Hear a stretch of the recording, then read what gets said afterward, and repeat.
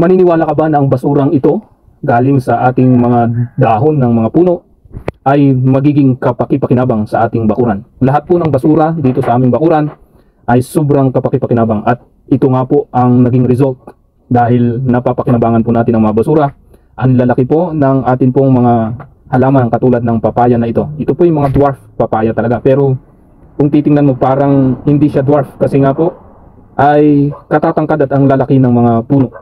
Hindi ko naman pinagdududahan yung aking pinagbilhan na iyan ay peke, na scam tayo, pero ako'y naniniwala dahil mataba ang ating lupang pinagtatamnan.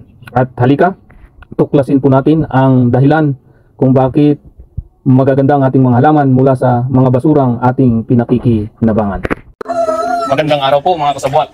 Atin pong pag-usapan ang mga basurang ito, kung paano natin ito gagamitin. Ano ba ang ating gagawin? Ito ba susunugin, tatapon kung saan, tapon sa compost pit.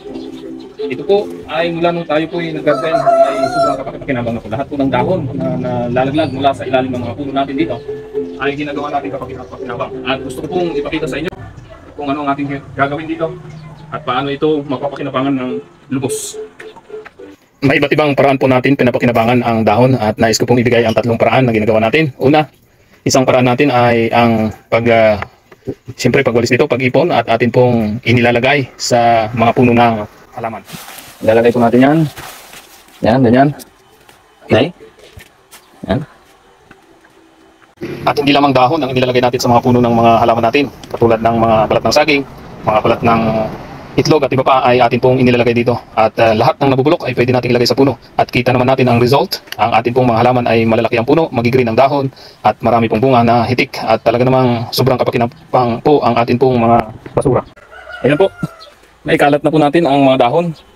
Ayan. Pero yan ay mayroon pa pong kasunod na proseso. Yan ay lalagyan po natin ng tahi ng kambing. At yun po ang pantabon natin dahil ito yung mga compost nga po. Ay kikipis po yung mga ating itinatabon.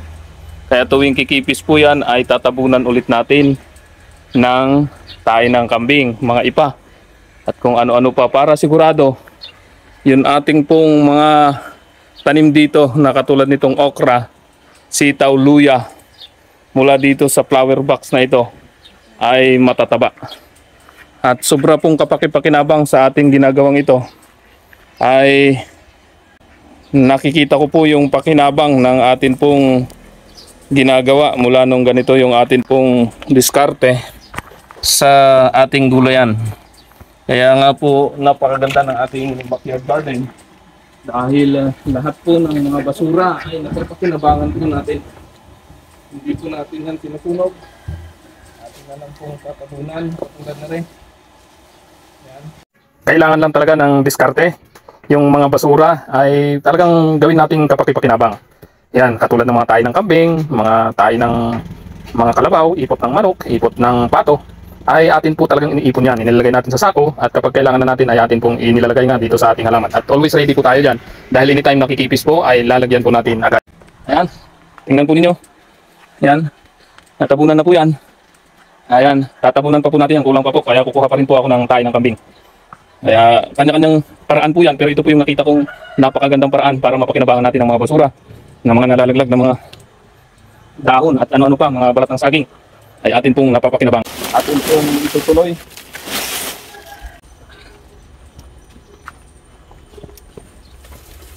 Dadagdagan po natin ng tahi ng kambing po yan para siguradong matabunan po lahat ng dahon.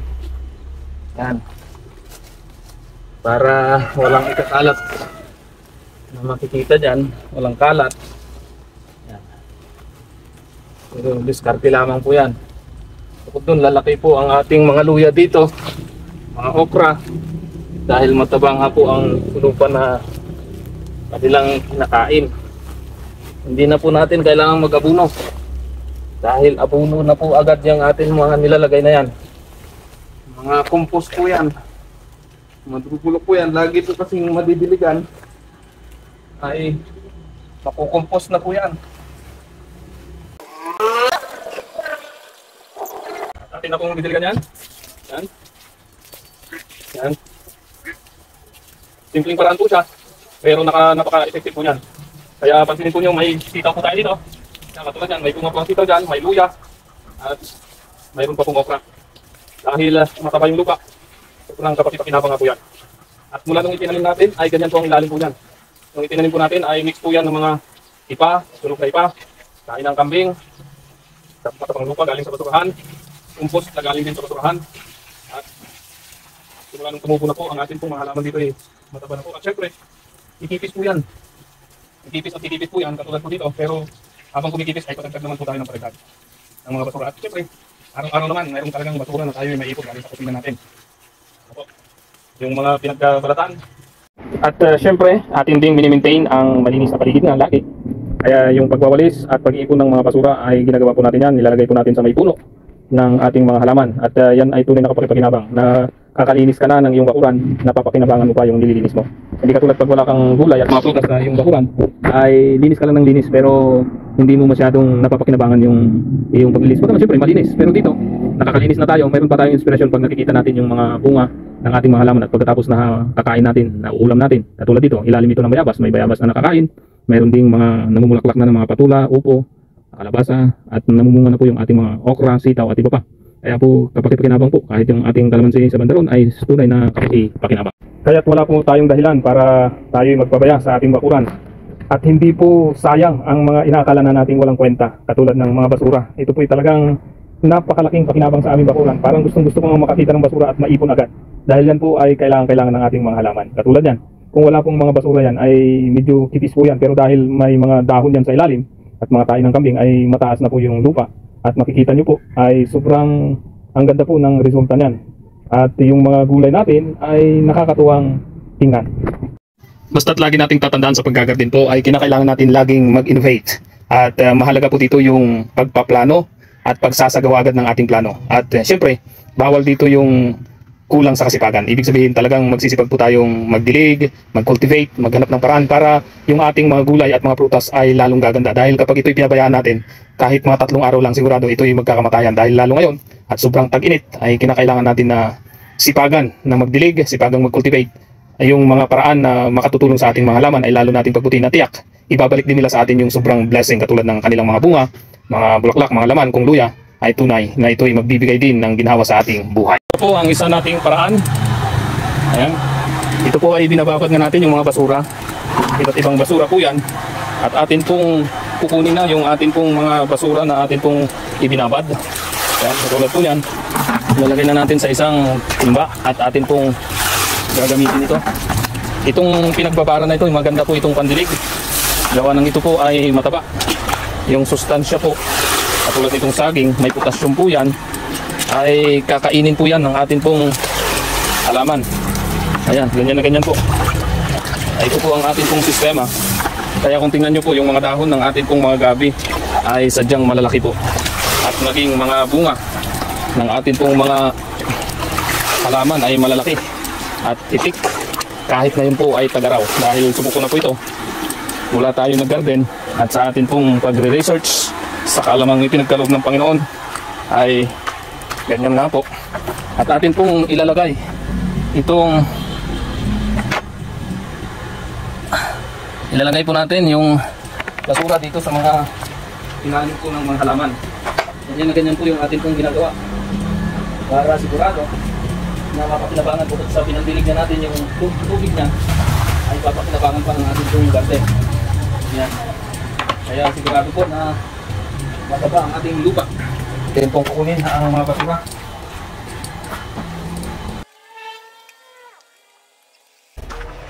Ayan na nga po, ang mga basura. Ito po ay galing po sa bignay. Ayan, ito po yung bignay na puno.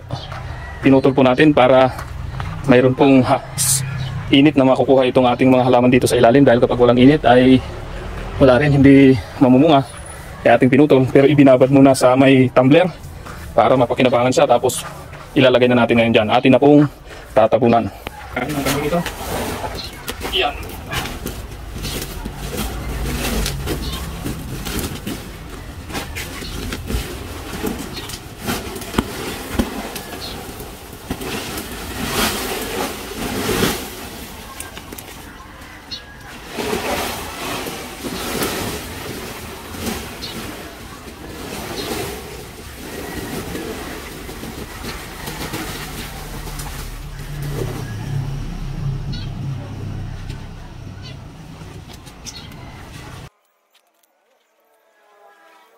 At syempre, atin pong didiligan ulit. Kailangang madiligan kasi mainit ang tayo ng kambing kapag hindi ito madiligan. Pero kapag ito ay madiligan, ay masustansya naman sa ating mga alagang mga halaman. Kaya talagang kailangan bago ka mag-garden, ito ay passion mo. Isa pa pong ginagawa nating paraan ay kapag wala tayong paglagyan ng mga nabubulok na mga dahon at kung ano-ano pa, mga balat at mga buhok or balahibo ng manok, yan, ay atin pong nilalagay dito.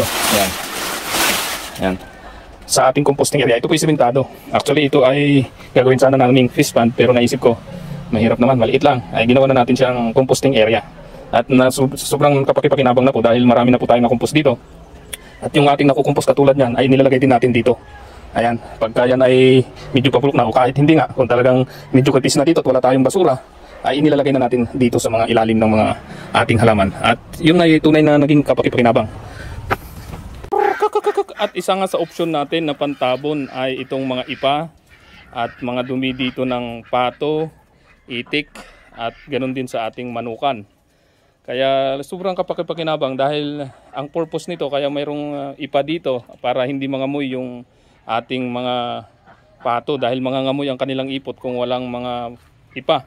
Bukod doon, nung bago pa itong ipa ay pagkain din nila yung mga binlid nito dahil may binlid talaga dito. Tutubo pa yung mga palay-palay nito, kinakain po nila yan. At ngayong pabulok na, kasi ang alam ko nito ay February nung ito ay ating hinakot. So 2 buwan na rin ito, or katapusan siguro yung February. 2 buwan na ito ay pwede nang ilipat ito kasi pabulok na yung ating mga ipa. At papaltan ulit natin yan. At ito nga po yung ating sistema. At napakaganda rin na yung ating pong pinandidilig, yan nga pong pinagbabaran ng basura, ay talaga nga pong kapakipakinabang ito at ang ating mga halaman ay tunay na nakikinabang. Bakit kailangan mong mag-subscribe sa channel Moto? Ang channel Moto ay nagsishare ng mga video tungkol sa pakikipagsapalaran sa buhay. Kaya channel Moto dahil ito ay para sa iyo upang makarelate ka na hindi ka nag-iisa kapag may problema ka. Dahil may mapapanood ka dito ng mga video na nagpapakita na may problema ang bawat tao.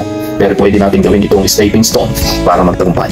Kaya't may inspire tayo upang makamit natin ang tunay na kaligayahan. Ang channel Moto ay may tawagang kasabwat sapagkat ang nais natin ay gawing positibo ang mga inakala nating mga negatibo, katulad ng salitang kasabwat. Pangkaraniwang ginagamit sa negatibong sabwatan. Pero hinihikayat ko po kayo na tayo ay magsabwatan upang patuloy na umunlad ang ating buhay. Gawin natin positibo ang lahat ng mga bagay na nangyayari sa ating buhay. Ang channel Moto ay nag-upload at mag-upload pa ng mga inspirational video tungkol sa iba't ibang karanasan na ating pinagdaanan at pagdadaanan pa. Tayo po ay punong-puno ng karanasan na pwede nating i-share upang maka-inspire. Ang channel Moto ay one-man channel. Ako po si Noriel Felipe, ang nagpapatakbo nito. Bagaman maliit na channel na ito, pero ipinapangako ko sa iyo, ang maliit na inakala mong hindi mahalaga, ito po ay napakahalaga upang ikaw ay ma-inspire na katulad ko. Ipinanganak ako na mahirap pero nagsikap. Nag-aral sa iba't ibang paaralan katulad ng University of the Philippines or UP at sa Adventist University of the Philippines AUP upang lalo nating mapaunlad ang ating kaalaman. Nag-seminar din po tayo sa iba't ibang lugar katulad ng mga karanasan natin sa Department of Education at tayo rin ay nag-seminar sa iba't ibang bansa. Nagturo sa Department of Education at nagturo rin sa Macau, China. Ang mga karanasan na ating pinagdaanan ay humubog sa atin upang maging inspirado tayo at lalo naman tayong makaka-inspire ng mas maraming tao. Nagnegosyo po tayo sa iba't ibang larangan katulad ng buy and sell ng hayop, restaurant, at maging ang backyard garden ay ating pinagkakakitaan. Marami pa po tayong ibang mga pinasok na pwedeng pagkakitaan. Pumasok din tayo bilang administrative assistant sa barangay hall ng San Agustin. Lahat ay ating gagawin upang maging masaya at makapagpasaya sa ibang mga tao.